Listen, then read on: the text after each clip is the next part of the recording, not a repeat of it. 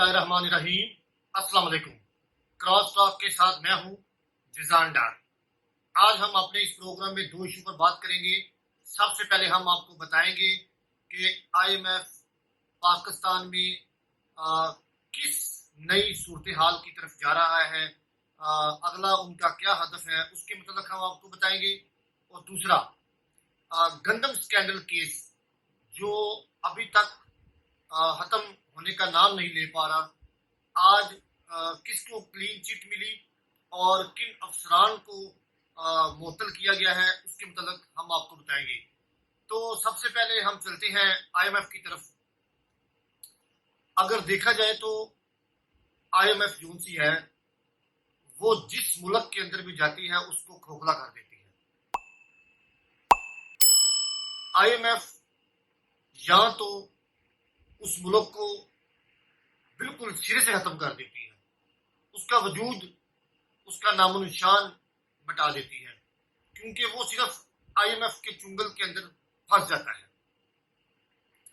अगर ईमानदारी से और सही मुल्क को चलाया जाए तो उसकी एक ही सूरत है, वो ये है कि पाकिस्तान के अंदर टैक्स सिस्टम अगर बिल्कुल फेयर और क्लीन हो तो मैं कहता हूं कि हमें आईएमएफ की जरूरत नहीं पड़ेगी। यही बात एक तरफ। अब पाकिस्तान के ऊपर गर्दिशी कर्जे कितने हैं? पाकिस्तान के ऊपर गर्दिशी कर्जे जो से 5700 ट्रिलियन डॉलर बढ़ गए हैं। ये पाकिस्तान के ऊपर एक सजा, बल्कि बोझ, बहुत बड़ा बोझ बन गया है। फिर उसके बाद आईएमएफ ने पाकिस्तान को एक टारगेट दिया था कि आपने अपने गर्दिशी कर्जे 2310 ट्रिलियन डॉलर से ऊपर नहीं लेके जाने। लेकिन पाकिस्तान के अंदर करप्शन और दीगर यशियों की मद के अंदर हमारे हुक्मरानों ने उसको 5700 ट्रिलियन डॉलर तक वो ले जा चुके हैं। अब आईएमएफ जोन सा है, उसने मजीद कड़ी और शदीद किस्म की शराइत जो सी है वो हर किस्म के ऊपर अब वो टैक्स लगाने जा रहे हैं। ये जो इस जून जुलाई का जो बजट होगा वो पाकिस्तान की गरीब आवाम के लिए उसके ऊपर बहुत बड़ा बोझ होगा। अब उन्होंने सीमेंट, खाद और उसके बाद बिजली के गर्दिशी कर्जे, सुई गैस के गर्दिशी कर्जे, और उसके बाद उन्होंने दीगर अद्वियात के ऊपर जो सा है भारी किस्म का टैक्सेस पाकिस्तान ने लगाने का फैसला किया है कि वो इसकी मद के अंदर से गरीब अवाम के अंदर से कैसे पैसे निकाले जाएंगे। ये जो सा है पाकिस्तान के लिए एक बड़ी खबर है, बड़ी बुरी खबर है अवाम के लिए भी, क्योंकि गरीब अवाम तो आगे ही उस चक्की के अंदर पिस रही है, लेकिन जो अमीर है वो उसमें अमीर तर होता जा रहा है।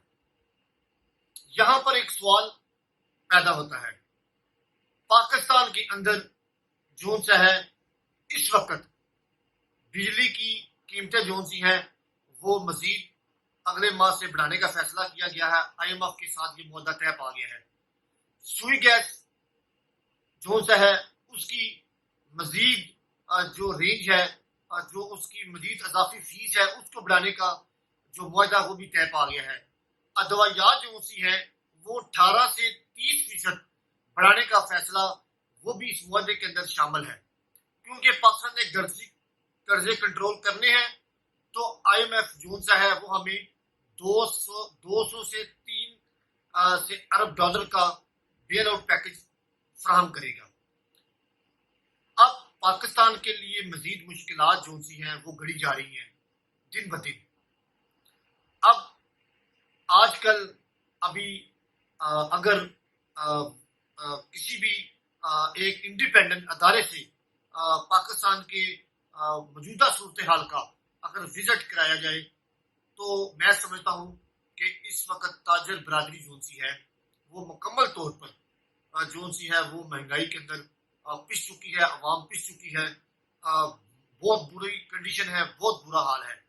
اگر پاکستان کے اندر لوگوں کے پاس پیسے ہیں تو وہ جو ان کے باہر کے لوگ جو سے ہیں، جن کی فیملیز باہر بیٹھی ہوئی ہیں، وہ ان کو ریمیڈنس فراہم کرتے ہیں، پیسے باہر کے لوگوں کو بھیجتے ہیں، تو پاکستان جو سا ہے وہ چل رہا ہے تھوڑا بہت۔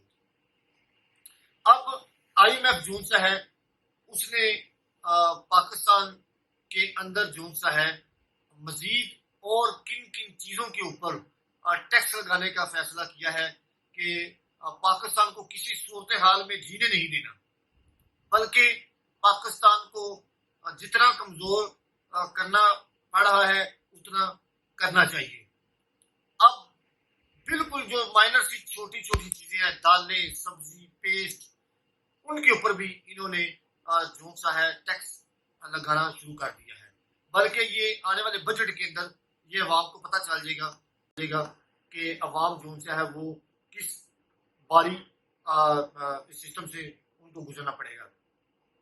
پھر اس کے بعد ابھی تک کی جو اطلاع کے مطابق ہے کہ پاکستان کے اندر جو سولر سسٹم ہے وہ تو سستا ہوا ہے، بیٹری بھی سستی ہوئی ہے، لیکن پاکستانی حکومت نے جو سا ہے آئی ایم ایف کو یہ مشورہ دیا تھا کہ اگر کراس میٹر نیٹ میٹر کے ساتھ اگر اس کی قیمتوں کا تعین کر دیا جائے تو یہ بھی ہمارے لیے بڑا فائدہ مند ثابت ہو سکتا ہے۔ لیکن پاکستان جو سا ہے اس کو نے یہ جو شوشہ چھوڑا تھا وہ ان کو قابل قبول نہیں تھا۔ انہوں نے کہا کہ یہ ایک نیا جو سا ہے پاکستان کے اندر بحران اٹھ جائے گا کہ سورج کی روشنی سے بھی جو پاکستان کے اندر جو سولر سسٹم سے جو بجلی پیدا کی جا رہی ہے اس کے اوپر اگر یہ لگایا جائے گا تو تاجر برادری جو ہے وہ سراپا احتجاج ہو جائے گی۔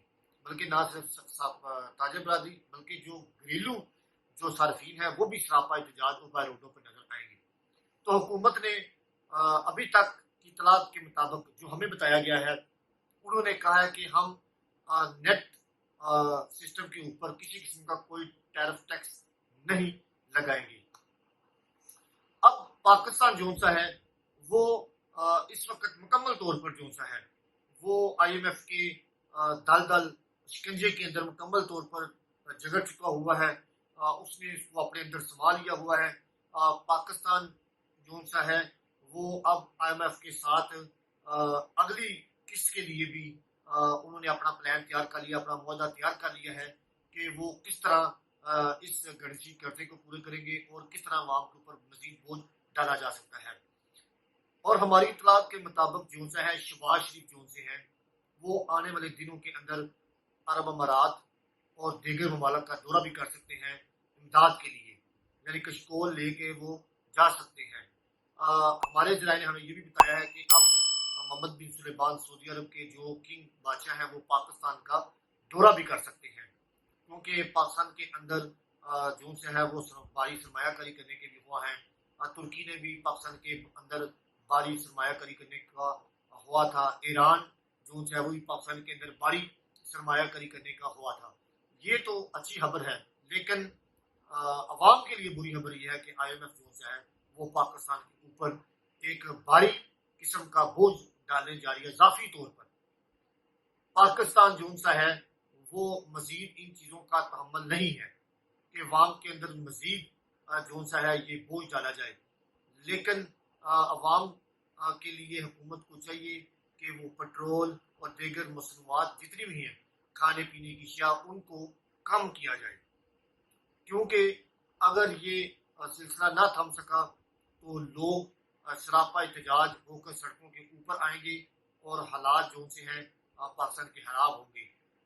ہم چاہتے ہیں کہ بلکہ پاکستانی عوام جو سے وہ چاہتی ہے کہ پاکستان کے اندر مثبت حالات پیدا کرنے کے لیے حکومت کو جنگی بنیادوں کے اوپر جو سا ہے وہ مہنگائی کو کنٹرول کرنا ہوگا۔ اگر مہنگائی کو کنٹرول نہیں کریں گے تو میں سمجھتا ہوں کہ پاکستان مزید نیچے کی طرف جائے گا۔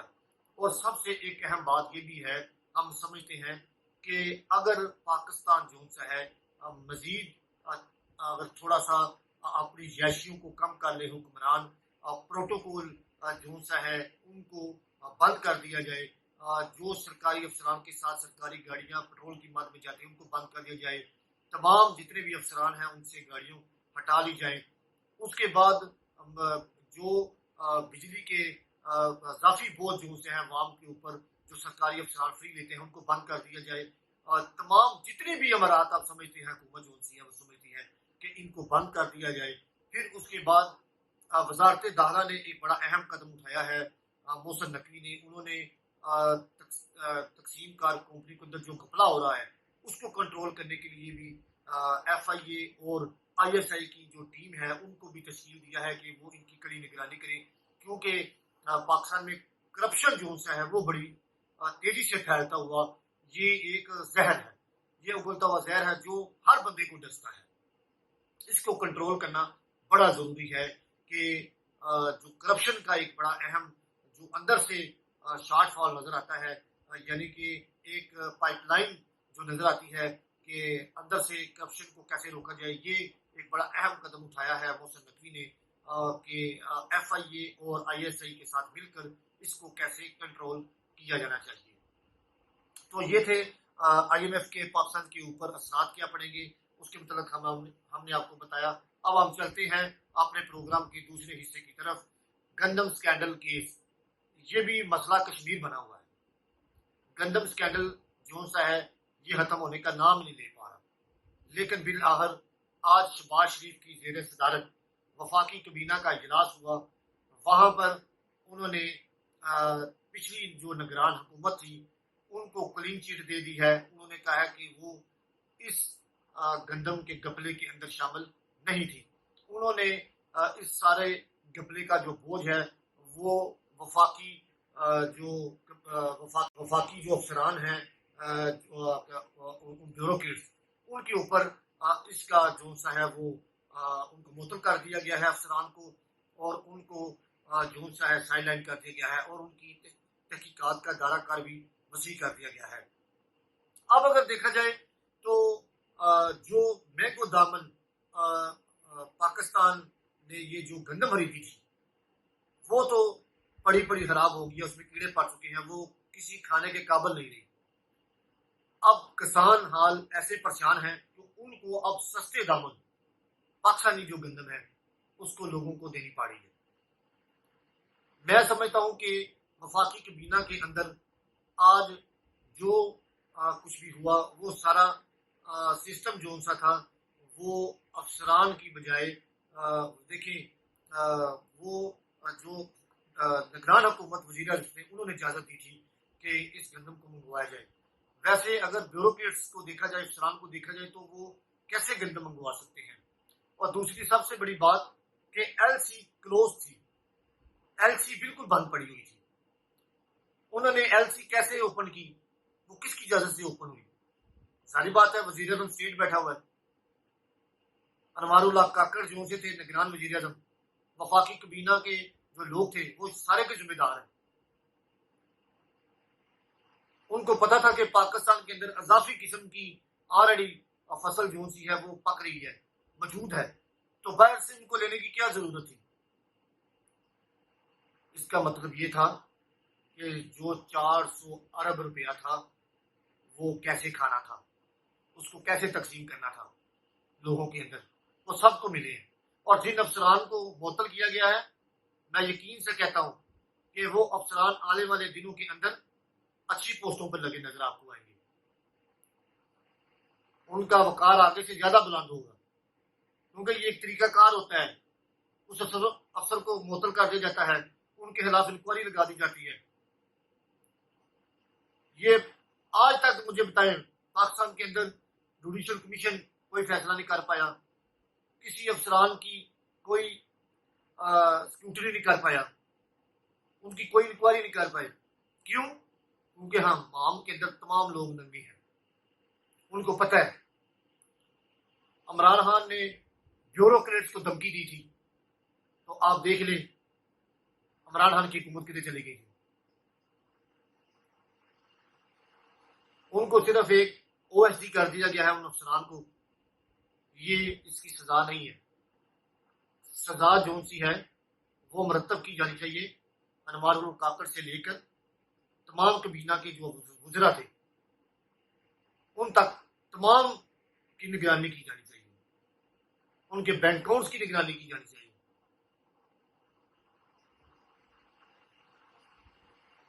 کیونکہ پاکستان اب اس چیز کا متحمل نہیں ہے کہ پاکستان کو کیسے کیسے گلڑ کی طرح رنگ بدلتے کھایا جا رہا ہے۔ یہ ایک بہت بڑا المیہ ہے۔ پاکستان کو اور پاکستان کے حکمران کو اگر 76 سال کے بعد بھی یہ نہیں سوچنا، تو میں اپنا اختتام اس بات پہ کروں گا کہ پھر پاکستان کا اللہ ہی حافظ ہے، اور پاکستان کا حامی و ناصر صرف اللہ تعالیٰ کی ذات ہی ہے۔ یہی اس کو چلا رہی ہے، یہی اس کی مالک ہے، ورنہ ہمارے اندر کوئی ایسا کمال نظر نہیں آتا۔